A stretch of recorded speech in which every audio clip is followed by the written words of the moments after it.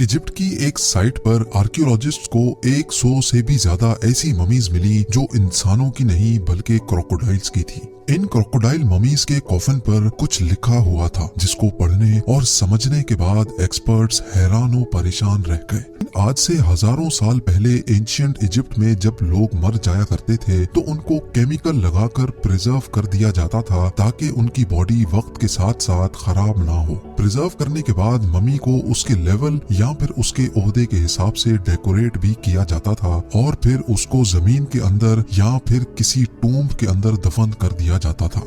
वैसे तो इजिप्ट से आर्कियोलॉजिस्ट को कई ममीज मिल चुकी हैं, लेकिन आज जिन 7 ममीज के बारे में आप जानेंगे ये वो ममीज थी जिनको जब पहली बार देखा गया तो एक्सपर्ट्स और आर्कियोलॉजिस्ट के लिए यकीन करना बहुत मुश्किल था। तो आइए शुरू करते हैं। नंबर 7, लेडी राय। एंशिएंट इजिप्ट की सबसे पुरानी ममीज में एक ऐसी औरत की ममी भी पाई जाती है जिसको आज लेडी राय का नाम दिया गया है। आज से करीब 140 साल पहले इजिप्ट के थीबन टॉम्ब के एरिया से ये ममी मिली थी जिसने आर्कियोलॉजिस्ट को हैरत में डाल दिया था। तहकीक से मालूम पड़ा कि 3550 साल पहले लेडी राय करीब 35 साल की उम्र में मरी थी और बज़ाहिर ऐसा मालूम होता था कि ये किसी एंशिएंट क्वीन की नर्स या फिर मेड हुआ करती थी।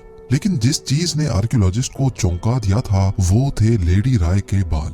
हजारों साल गुजरने के बावजूद भी लेडी राय के बाल अभी तक अच्छी तरह प्रिजर्व थे। हत्ता कि इसके बालों के चंद हिस्से तो ऐसे भी थे जिनको देखकर ऐसा लगता था कि ये सिर्फ चंद महीनों पहले ही निकले हों। उस कदीम दौर में जिस हेयर स्टाइल के साथ लेडी राय को प्रिजर्व किया गया था वो हेयर स्टाइल भी आज तक ऐसे ही सजा हुआ है। Number 6, Ramesses the second. Ramesses the second ancient Egypt का सबसे मशहूर तरीन लीडर था। दूसरे इजिप्ट के बादशाहों के मुकाबले में रामज़ीस II ने बहुत लंबे अरसे तक अपनी बादशाहत की गद्दी संभाले रखी और जब ये मरा तब इसकी एज 90 इयर्स थी। रैमज़ीस II का फैरो 1881 में इजिप्ट के एक छोटे गांव सकारा से मिला था। ये वो जगह है जहां सिर्फ एंशिएंट किंग्स, क्वींस या फिर अपर क्लास को ही दफन किया जाता था। जिन आर्कियोलॉजिस्ट ने ममी को निकाला था उनका कहना था कि जैसे रैमज़ीस II अपने दौर में पावरफुल हुआ करता था, हजारों साल के बाद भी इसकी ममी वैसे ही ताकतवर दिख रही थी।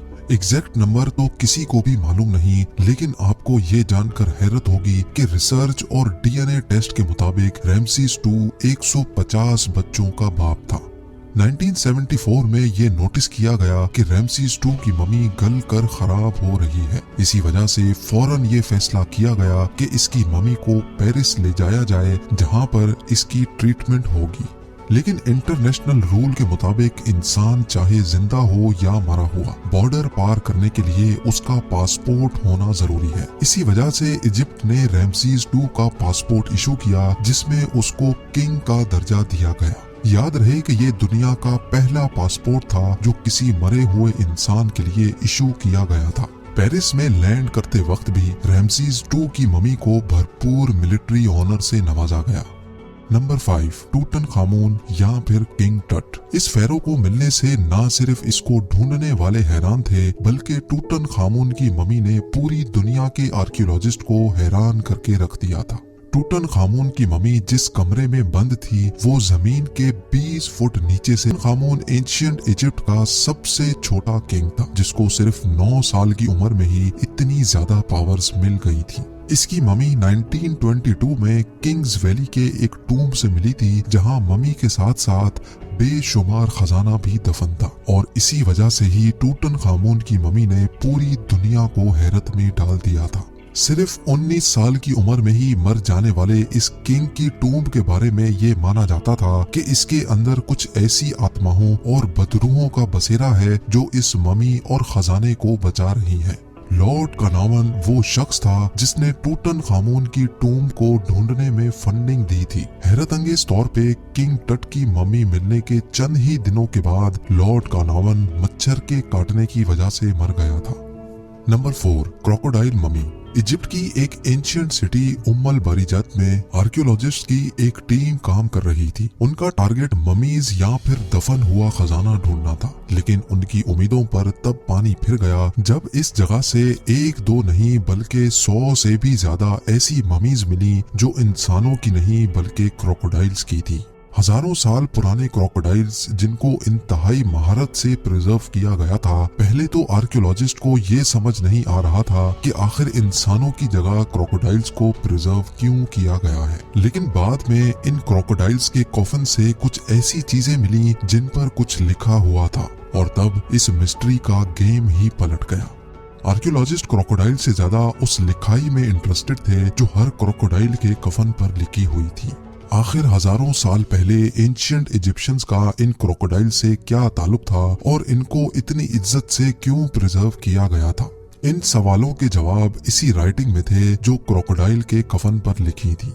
रिसर्च से ये मालूम पड़ा कि एंशियंट इजिप्शियंस क्रोकोडाइल को खुदा मानते थे क्योंकि उनके लिए क्रोकोडाइल ताकत का सिंबल हुआ करता था। उस कदीम दौर में एंशियंट इजिप्शियंस ऐसे पुतले भी बनाते थे जिनका सर क्रोकोडाइल जैसा होता है और नीचे का हिस्सा इंसानों जैसा। Number 3, gazelles mummies.